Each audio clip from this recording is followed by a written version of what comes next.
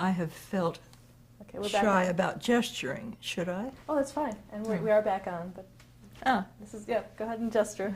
Being on camera all that time, what do you think you learned in those years that helped you direct people later on?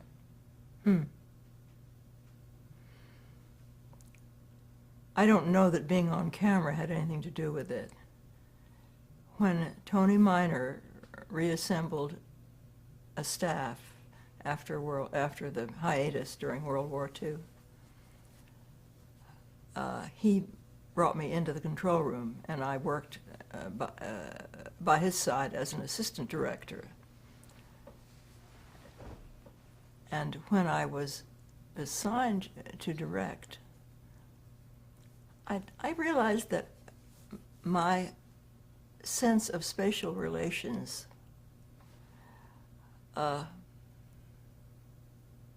would be valuable.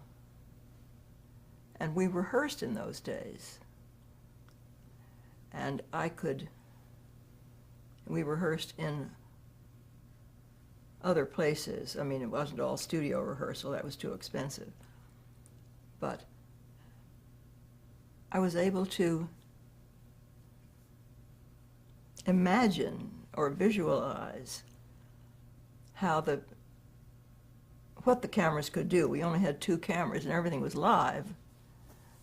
So you had to use them to the best advantage. And I would go through rehearsal, and then at night before I went to bed, I would mark out my script with every move, every instruction in a heavy pencil. Every instruction to the cameras and to the performers. Well, I couldn't talk to the performers, of course, but I have a sense of spaces. I'm interested in architecture and how things move in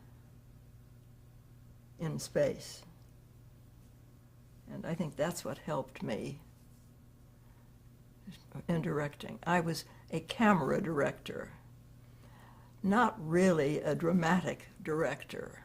I don't think I had extra talent in that department, but I didn't direct very many plays, a few. You wouldn't call them plays, they were half-hour shows that had been half-hour radio programs, and they were tried out on TV.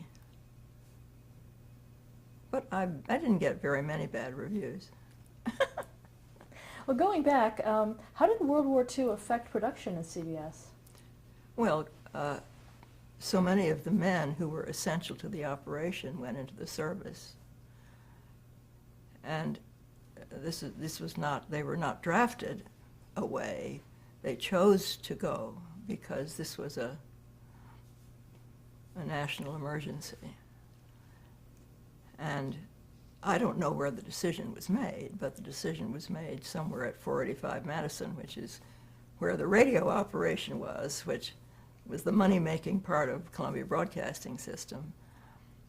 They decided to, and I guess got permission from the FCC, I don't know that that's true, but I suspect it is, to close down. I don't know what happened at RCA, whether NBC did the same thing. But we ended up doing a limited number of hours a week, and it was all film. And one of the last things I did was, before they let me go, was to go over to Broadway and sit in a screening room and choose the films that were going to be shown on air when the studios were out of production. What kinds of things did you choose?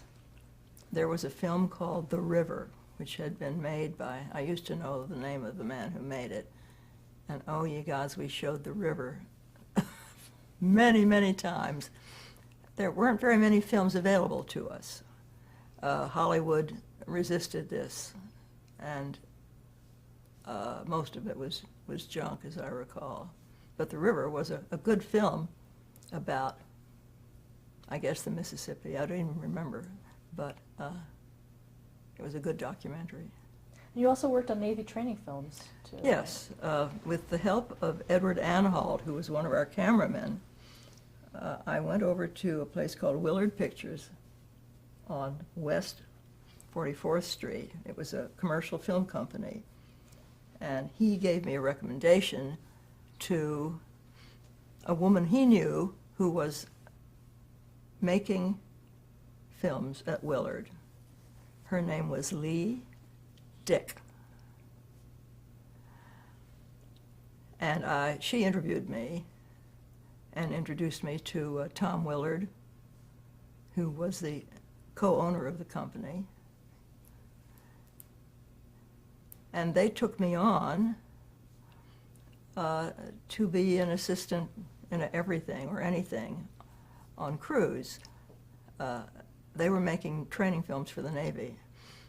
I think the first one that I worked on was a film about how to land a PBY. Anybody remember what a PBY is? Beautiful airplane. Lands on the water. How to land it on the water at night. And incidentally, it was in the course of that I met the man who later became my husband out on the apron at the Jacksonville Naval Air Station. And everybody told me that he was a wolf. That was an expression at the time. What is his name? I thought he was pretty nice looking. Anyway, what is his name? What? His name? His name is Bill Buch. And he was in the Navy.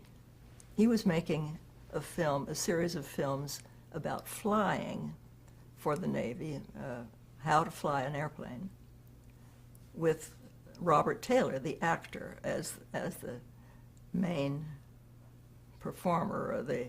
Robert Taylor played the part of the pilot in these films, and it was a series of, I think, 10 or 12 motion pictures. Now, how did you return to CBS? How did you return to CBS? How did I return? Tony Miner called me up one day and said, "Would you like to come back?" And I said, "You bet." But then I made a couple of other interesting films for Willard. One was called Castaway. Now there's been a motion picture film with, what's his name? Tom Hanks? Yeah. But ours was about a Navy pilot who had to bail out over the Pacific and all the things that the experiences that he went through. And that was fun. And all these were made in Florida. And incidentally, the Navy, the project supervisor for the Navy on Castaways was Richard Buch, Bill Buch's older brother. I wasn't interested in Richard anyway. He had just been married. And we worked out of a hotel in downtown Miami, and we did the beach scenes after the flyer finally reaches an island on Key Biscayne. Now, Key Biscayne was a coconut plantation at that time, and the only way to get there was by launch. So we would all pile down, get into a Navy launch every morning, and go across the Miami River or whatever it's called, and then climb up over this onto the beach on the other side. And an actor was hired to play the part of the pilot, and well, lots of interesting experiences. The cameraman was a man named Norman Dierenforth, or Dierenforth, who later stole Ted Westerman's wife and later climbed Mount Everest. I mean, there are all kinds of interesting people in my experience. But The motion picture part was fun. That gave me a lot of information that I wouldn't have had any other way. That I guess was helpful when I became a director, which I didn't know I was going to be. But what was the most important thing you learned from that experience that became part of your directing? that is the kind of question that interviewers always ask you. And I'm afraid I'm not prepared with an answer. It's a good way to get a tan if you're working on the beach. No, I kept records, and I paid the bills, and I was sent the money from New York to pay the people who were working. I did a little bit of everything, but I guess I was helpful to be around. And then the last one I worked on was called Makeup from the Neck Down, because the waves were getting fat and not getting enough exercise. So somebody had the bright idea that we should do a film about exercise for the waves. And I don't think anybody ever looked at it. But the girl we chose to be the subject later married the man who was the Navy supervisor for the film. You see, love will find a way. Now, going back to CBS, one of the shows that you worked on initially was The Mrs. Goes A-Shopping. Mm-hmm. Talk about that. Well, that was a man named John Reed King. He was already a radio personality. He'd been doing programs, I guess a program called The Mrs. Goes A-Shopping. On radio, I had never heard of him, but they brought him in. Now, I'm sure this was all done through agents. Agents would come to the network and say, here, I've got a man who can do well in television, I guess. I don't know the answer to that. But he was a very affable, good hugger, good interviewer, and he was fine on camera. First, we did his program in the studio, and, well, I remember he had a duck, a pet duck that he would bring. And it was always interesting to see whether the duck could walk across the stage without pooping, which was a big joke, and everybody got a laugh about that.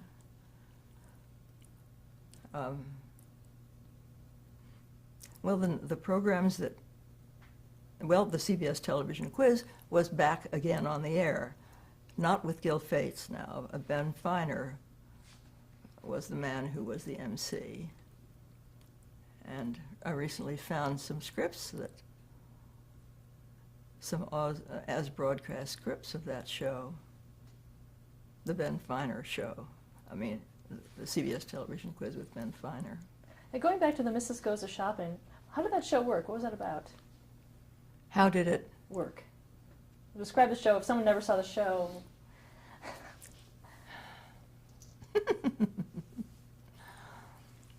I don't really remember. I really just took the pictures. He would get women up and ask them questions, and if they could answer the questions, they'd win a prize. I mean, I think it was as simple as that. He had a small in-studio audience of women. Where they came from, I have no idea. I didn't have to worry about that. They were there as far as I was concerned. And directly after this, of course, the war wasn't over when these programs renewed. We had programs about wartime. Women in Wartime was one of them, which was, I think, kind of sponsored by Mademoiselle. And I did some interviewing after the war. I don't remember how that happened, but I've got pictures of myself with people in uniform. Just two people sitting in two chairs talking. This is nothing very thrilling. But they had wonderful stories to tell. And I wonder whether that will happen when this war is over. When did you start directing? How did that come Well, about? Tony put me in the control room, and I'm trying to remember whether, I really don't remember what my first directorial assignment was.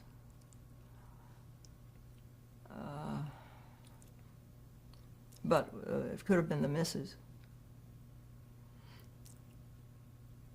And then after a few years, they wanted to rebuild the studios at Grand Central Terminal.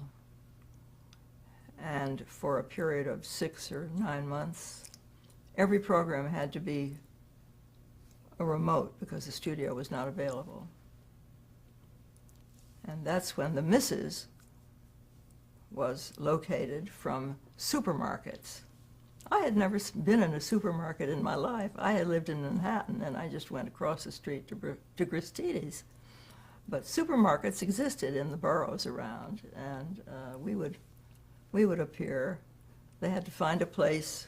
There was a great truck in which there was a control room, and they had to find a place where they had a direct line to the Chrysler Tower. And they would, I didn't have anything to do with this, but they would locate themselves and aim at the antennas out of the Chrysler Tower, and we would set up for John Reed King's show with backgrounds that named his sponsors. He had sponsors. And he would go through the same routine that he had done in the studio shows, but a lot of people would crowd around, and it would bring many people to the supermarket. I believe I was told that as time went by, the supermarket owners didn't really like that very much because people shoplifted a lot. They didn't have to go through a payment situation to get out. So it wasn't all good for the supermarket owners. And there were other kinds of shows that were tried with John Reed King. There was a telephone-in show. Was that King's Party Line? That could have been King's Party Line, yeah. A flop, I think. We tried many shows that were flops. People had wild ideas about what would go. Did you ever do any sports shows? Yes. One of the first, well, there was a time when I had thought this might have been, well, no, it wasn't. It was after the war. There was a boxing organization in New York which encouraged youths from any section of town, but the poorer sections of town, to come and work on boxing. It was called the Golden Gloves. And we had boxing matches one night a week in the studio. And we'd set up, the stagehands would set up this boxing ring, and these young men, mostly small, I don't think we ever had any heavyweights, but they would have a bout, and somebody would win, and then another couple of boxers would come upstairs from where they changed. It was down below the control room somewhere. I never went down there in all the years I was there. And the famous one, which was written about so much in the press releases, was the time, and Leela Swift was with me. She was assistant director to me at this point. The next boxers didn't come up, and we finally discovered after maybe 5 to 10 minutes of ad-libbing by the man out in the middle of the ring that the boxer who had been not knocked out, but knocked down and was not in very good shape and had been taken out of the ring, but hadn't gone downstairs yet, he was wearing the trunks that the other man was waiting for. because they didn't have enough trunks to go around. And that was a famous, among writers, a famous thing to cite in program, in stories, press stories about me. Because we were supposed to not be able to go down and find out what the problem was. So you went down to where they were getting dressed? The boy finally came up, but I don't know where they changed trunks, but anyway, that was the story. I also directed the Brooklyn Dodgers at Ebbets Field, rah, rah, rah, during that period when we had no studio to do programs from. I had been going out to Ebbets Field and directing commercials for some time, but then I was assigned to direct the program. And of course that was ridiculous because I thought I knew about baseball because I'd grown up in St. Louis and we had the Cardinals and the Browns, and my father was a baseball fan and used to take us to the games. But I had, you know, the engineers who had been operating the 2 cameras at Ebbets Field had a certain system that they used in order, after all, baseball is fairly repetitive. And they just automatically did this, and the director is supposed to say, take 1 or take 2. Well, they were way ahead of me, and it didn't matter to me. I mean, I knew that they were utilizing a system which they had devised, and so I don't remember what I said, but I was not much of a director. I also directed once a program of horse racing at Monmouth Park in New Jersey. I didn't ever do the circus or the hockey games or things at Madison Square Garden. These were all men-dominated sports. Were they surprised to find a woman in the control booth? I suppose. But it didn't make any difference as far as I was concerned. Nobody ever put me down about being a woman in a man's situation. Was it unusual at the time? Very. I was the only one for a while. Did you get a lot of press because of that? I did. Lots of press. And the poor flacks at CBS, they had to write about something, you know. And what else, you know, what was, well, they found that I was an apt subject for promotion. And I got my picture in the paper a lot, and I got into the columns, my name in the columns, little bits in Ed Sullivan's column or somebody else's column, because I was a femme director. Did you find most of the stories that they wrote about you to be true? Many of them weren't. They called me a blonde once, which I never was. I wouldn't mind it. Did the other directors at CBS mention the fact that you were getting so much publicity? Did that bother them? Nobody ever mentioned it to me. I don't know. Maybe it wasn't all that much at the time, but my mother was an avid collector of clippings, and she collected it all. And so, and as I have shown you, I finally put it all in a book in plastic pages. And it seems like a lot, but maybe it wasn't all that much. Do you think the fact that you were a woman director influenced what shows you were placed on? Oh, I'm sure, yeah. Who would you, well, the Dione Lucas show, which was called, I think Tony Miner was a little bit of a snob. They never thought to call it the Dione Lucas show. They called it, he called it To the Queen's Taste. Well, Dione was an English woman with a Greek name, and I guess she was so glad to get the show that she didn't protest about what they called it. But she was a marvelous chef and interesting to listen to, very formal in her approach, no waving around of pans like Julia Child. She didn't have much humor, but she was a grand chef, and she previously had been doing demonstrations in front of women on behalf of the gas company, for example. Or maybe no, I'm sure it was the gas company, because she cooked only with gas. And I learned that from her and have never had an electric range in my life, although I'd love to have an electric oven now and a gas range. But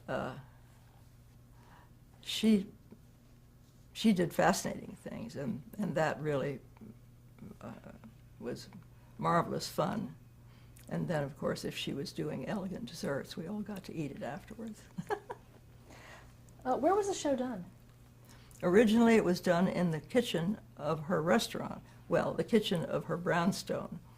I think it was in 60th or 61st Street between Park and Lexington. She had an omelet restaurant, a luncheon restaurant only, and only served omelets, many different kinds of omelets. And she made them all herself. She had one helper. Her name was Margaret. She was an Irish girl, and I often felt sorry for her because Dione really beat on her. But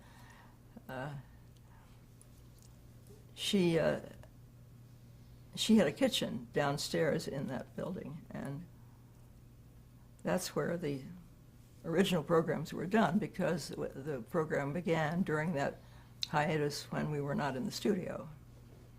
And how they ever got the cameras down there, I don't remember. That wasn't my problem, but it was pretty tight.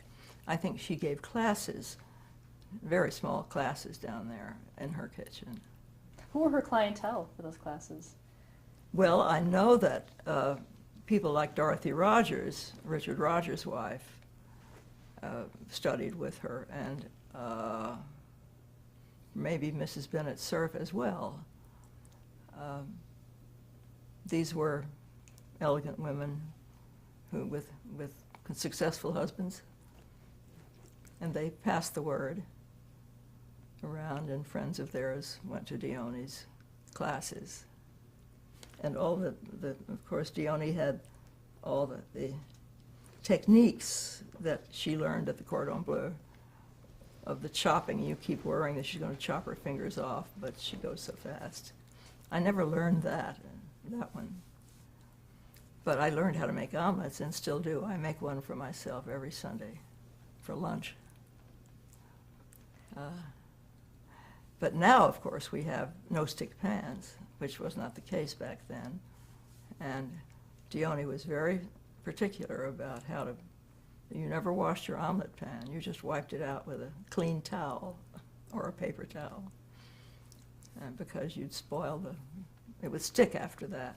Now, I still have my original omelet pan that I bought back when I was working with Dione. However, you can't make omelets in it anymore. What were some of the other specialties that she showcased on the show? Well, her most dramatic specialty was the strudel, and she loved to make the strudel, and she would throw the dough down. This is kind of like Julia Child. And making the dough was part of the fun of it. And then with the strudel, you have to pull it out, and you pull it out, and you pull it out, and you pull it out until you start with a ball of dough, and then you pull it out until it's so big that it completely covers the table, which is 30 inches by 60 inches or something like that. And she would pull it out and pull it out until, as she said, until you can read the New York Herald Tribune through it. And it was the Tribune. She was a Republican. She did never mention the New York Times. And this, I think, related to the people who were her clients. They were Republicans, which is not surprising. Okay, let's stop there to change the tape.